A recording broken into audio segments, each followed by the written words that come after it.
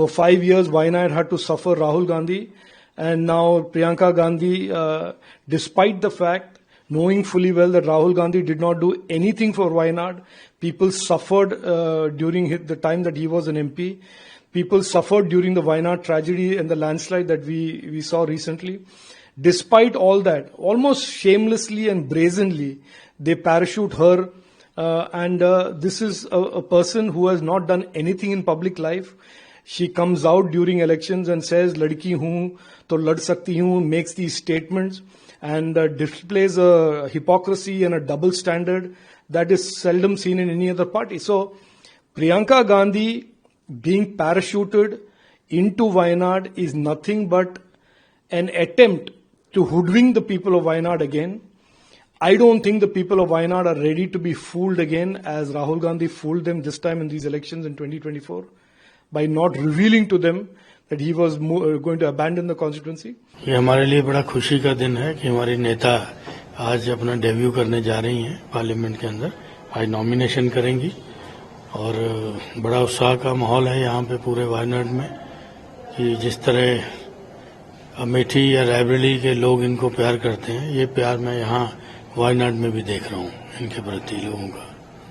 तैयारियां तो आप देख रहे हैं सर, उसके अलावा तैयारी विपक्ष भी करे बैठा है और सीधे तौर पर आरोप लगा रहा है कि एक इजी सीट दिखती है तो आप इधर आ रही है प्रियंका गांधी, अदरवाइज जो है तो आगे निकल नहीं। भैया, जब वो जो कह रहे थे बड़ी टफ सीट है, वहां भी तो राहुल जी लड़के आए अभी। ठीक है, अमेठी भी लड़ा हमने, वो भी आप टफ सीट बता रहे थे। तो कांग्रेस का भी टफ सीट या इजी सीट नहीं देखती है। ठीक है, वो यहाँ के क्योंकि राहुल जी 2 बार यहाँ से चुने गए तो यहाँ की जनता चाहती थी कि राहुल जी यहाँ पे रहें और रायबरेली की जनता चाहती थी वहाँ रहें। तो फिर परिवार का निर्णय हुआ, राहुल जी क्योंकि वायनाड छोड़ना नहीं चाहते थे तो इसलिए मतलब हुआ कि भाई उन्होंने कहा कि आप नहीं तो आपके परिवार का कोई आदमी हो। तो ये लोगों की डिमांड के ऊपर यहाँ पे प्रियंका जी लड़ रही हैं और ये परिवार का निर्णय है। देखिए किस तरीके से वायनाड का जनता राहुल जी रायबरेली में मेंबर ऑफ पार्लियामेंट बने या छोड़ा, तब से पूरा वायनाड का वो पूरा केरला का जनता का दिल की बात है। यहाँ से प्रियंका जी को लड़ाने के लिए उन लोगों का मांग था। प्रियंका जी और कांग्रेस पार्टी ने प्रियंका जी हाँ बोली। फिर लोग किस तरीके से उनके दिल के अंदर खुश है, क्या सोचे। प्रियंका जी भी अभी पार्लियामेंट में हो, लगातार कांग्रेस पार्टी को मजबूत करने के दिन भर रात मेहनत कर रहे थे।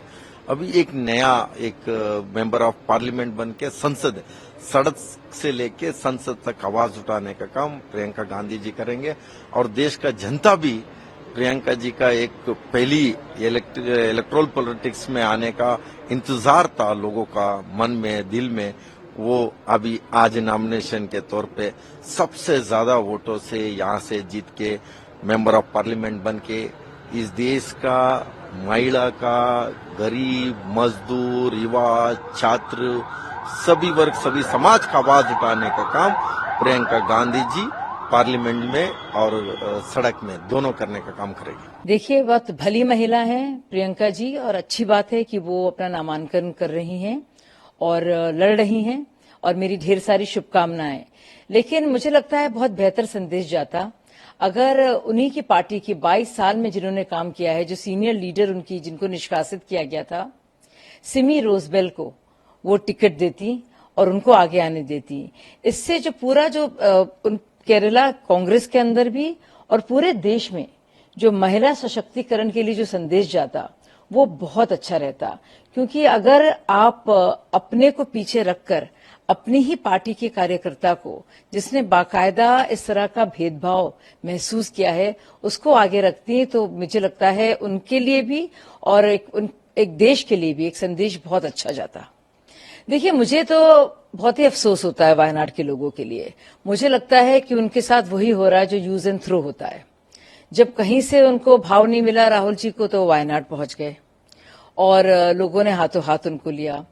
दूसरी बार जब दोनों जगह से जीत गए तो फिर वायनाड वालों को छोड़ दिया और अपनी बहन को आगे कर दिया। तो मतलब कितनी बार वायनाड के लोगों के साथ इस तरह से उनको धोखेबाजी उनके साथ होगी। क्योंकि जिताया था उन्होंने राहुल जी को लगा यूपी ज्यादा उनके लिए महत्वपूर्ण है। तो और तब कहते थे कि केरल के लोग बड़े होशियार हैं, यूपी के लोगों की समझ नहीं है। तो मुझे लगता है ये काफी अफसोस की बात है और वायनाड की पब्लिक को भी ये सोचना चाहिए कि क्यों वो इस तरह से इस्तेमाल हो रहे हैं एक खानदान से लगातार। देखिए, भारतीय जनता पार्टी ने नव्या हरिदास को उतारा है जो वहीं की हैं और उन्हीं की भाषा बोलती हैं क्योंकि उसी प्रदेश की हैं।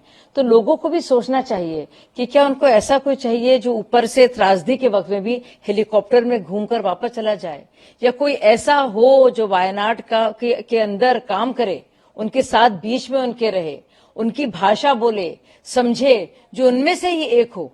तो ये तो वायनाड के लोगों को सोचना है कि वो किसी बाहर के किसी खानदान वालों को जो बस यूज एंड थ्रो की तरह उनको यूज करते हैं, उनको देना चाहेंगे वोट, की अपने किसी साथी को जो उनकी भाषा जानता है, जो उनके सारे रस्म रिवाज जानता है, जो उन्हीं की सभ्यता का है, उसको वोट दिया जाए।